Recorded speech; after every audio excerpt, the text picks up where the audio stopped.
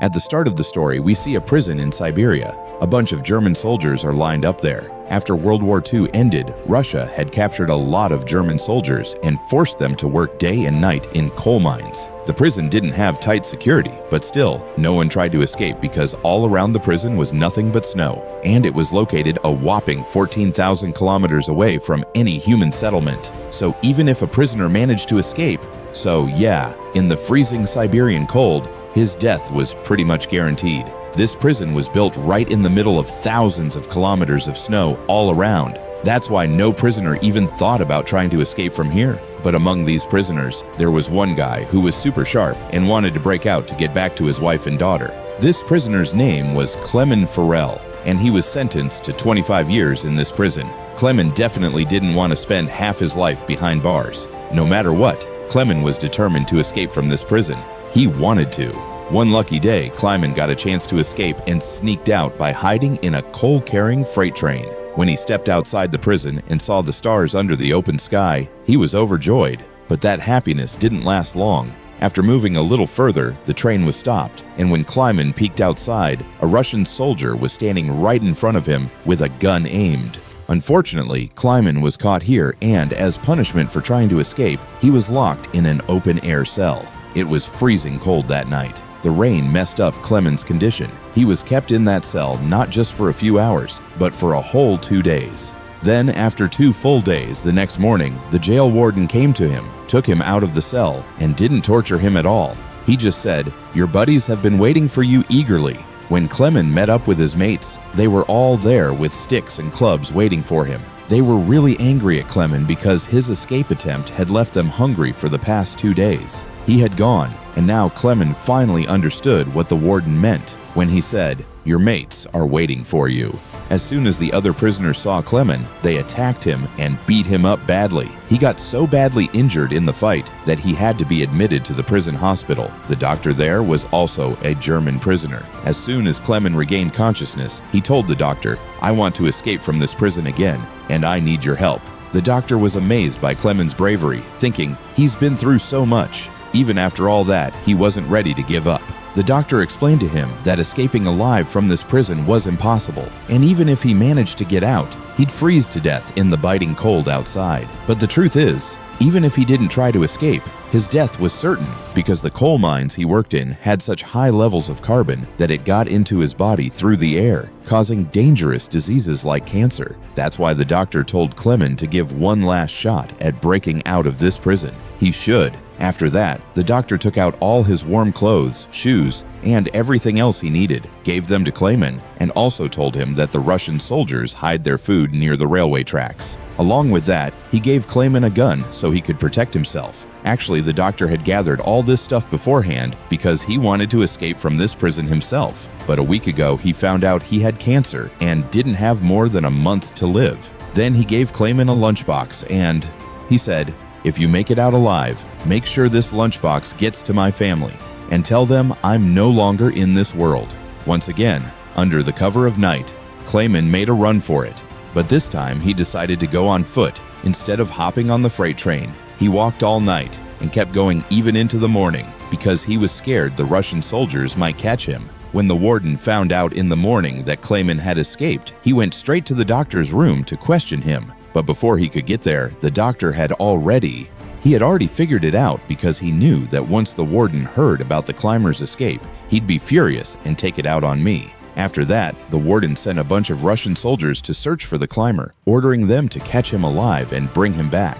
But even after days of searching, they couldn't find any trace of him. The climber got lucky because the snowfall started covering his footprints, making it harder to track him down. Everyone began to think that the climber had probably frozen to death in the cold, but the warden refused to believe it.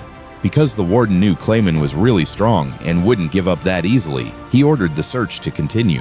Meanwhile, we see Clement pushing forward full of determination, braving the icy storm. 9 days after escaping from jail, he suddenly heard dogs barking. When he turned around, he saw a sled coming straight at him. Before he could run, the sled reached him and went past, climbing over him. That's when Clement woke up and realized it was all just a dream. He had been walking on foot for the past 9 days, and by now, his food had run out. Because of hunger and exhaustion, moving forward had become really tough for him. Still, he didn't give up and kept going somehow. After a few days, his body gave out and he fainted from hunger. A few hours later, when he came to, he heard a strange noise around him. That's when he spotted a seal and his eyes lit up.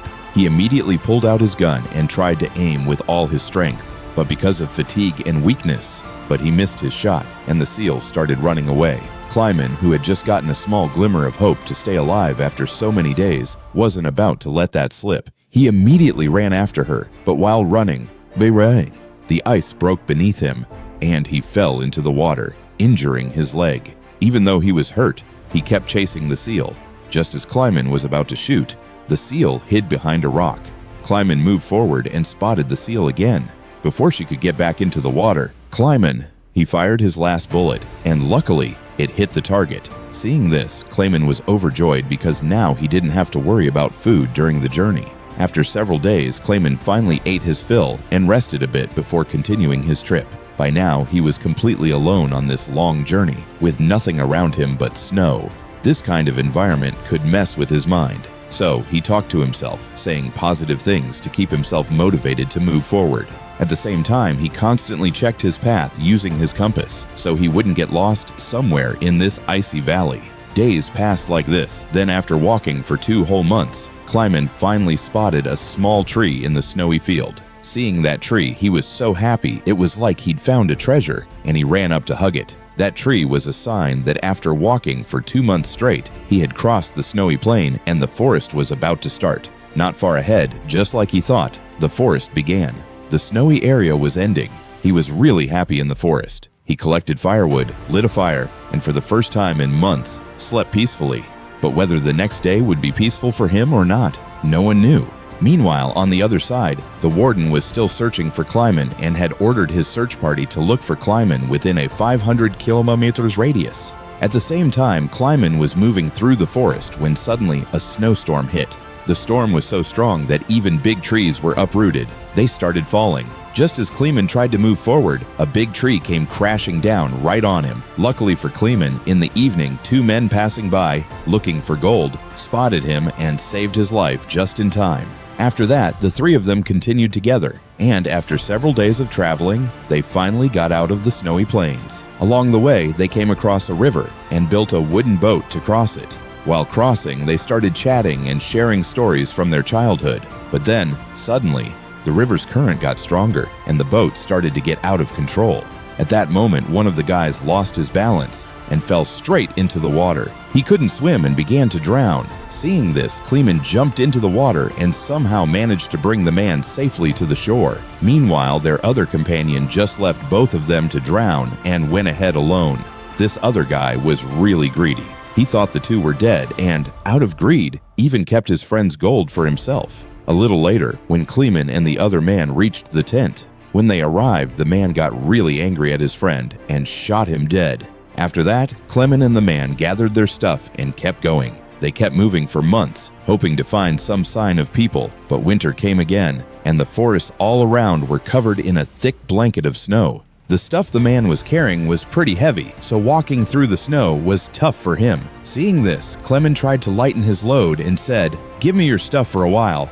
But then the guy got suspicious that maybe Kleiman was trying to steal his gold too, so he attacked Kleiman and pushed him down, knocking him out. After a while, Kleiman woke up and saw a pack of wolves coming toward him. To save himself, he started climbing a tree, but while climbing, a wolf grabbed his foot. The tree was weak and snapped in the middle, making Kleiman fall down. Now Kleiman thought he was definitely going to die. Just then, suddenly, a gunshot rang out. When Kleiman opened his eyes, he saw that some wolves had died and the ones still alive had run away. Actually, some local hunters had come and saved his life. They took him to their village where the people treated him. After years of effort, Kleiman had finally reached a human settlement. Seeing people made him really happy. He stayed in the village for several days, and everyone took great care of him.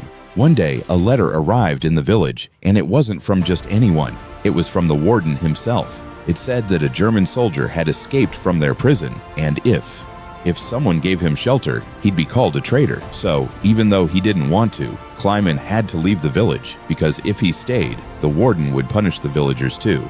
Before he left, the villagers gave him some food and a hunting dog. Now, on this long journey, Kleiman had a companion, so he didn't feel lonely anymore.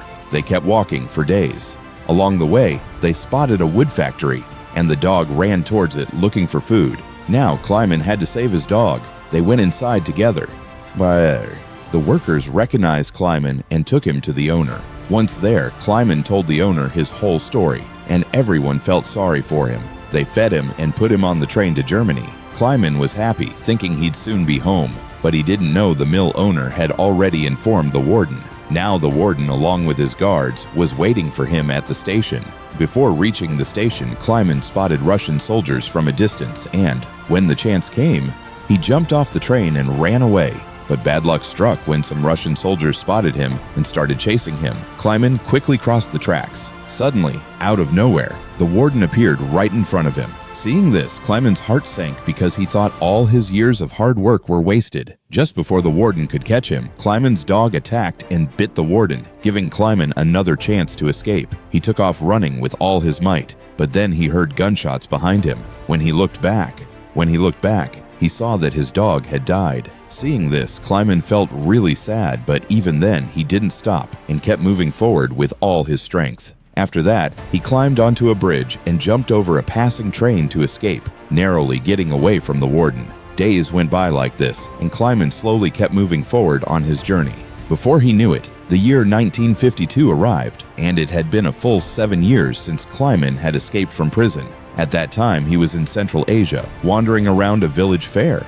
At that fair, he checked out all kinds of food. He really wanted to eat, but he didn't have any money, so he swallowed his disappointment and kept moving. Then he noticed 2 girls selling pancakes at the fair. Kleiman wanted to eat a pancake badly, but he didn't have a single penny in his pocket. Feeling down, he started walking away. Just then, one of the girls felt sorry for him and broke off a piece of pancake to give him. At first, Kleiman felt a little weird about it, but then he thanked the girls and ate the pancake. Now there was a smile on his face at the fair. There was a man who had seen everything. After that, Kleiman went into a church, and this man followed him inside. Actually, this man used to be a prisoner once, so he didn't turn Kleiman over to the police and tried to help him instead.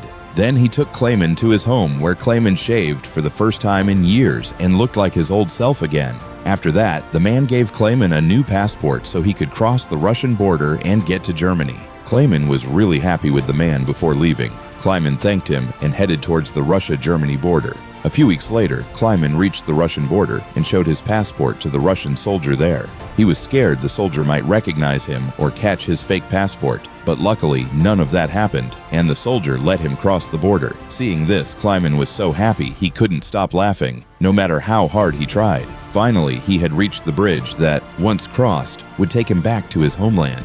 He was about to reach Germany, but halfway there, a bright light flashed in his eyes, and when he opened them, he saw the warden right in front of him. When Kleiman looked back, he realized he was still on Russian soil, which meant the warden could still arrest him. At that moment, Kleiman's heart sank because all his years of hard work seemed about to be wasted. But then, something happened that even Kleiman didn't expect. The warden stepped aside and let him go. At first, Kleiman couldn't believe it, but still, he gathered his courage and moved forward. Actually, the warden was pretty inspired by Kleiman's will to live and his bravery, so he didn't arrest him and let him go back to his country. Then the warden said to him, "This fight was just between 2 soldiers, me and you won. Go live your life." Finally, Kleiman crossed the border and reached his home country, Germany. After that, he got close to his house, where he saw his daughter and wife, just for a moment. After that, the 2 of them leave the house to go to church, and Kleiman follows them all the way there. Although Kleiman hadn't called out to his daughter yet, he was hopeful that one day her father would come. When his daughter looked back, she recognized her father and ran into his arms. Seeing Kleiman alive after all these years brought endless joy to his wife. Finally, the 3 of them hugged each other, and with that, this film based on a true story comes to an end. Hope you enjoyed today's story.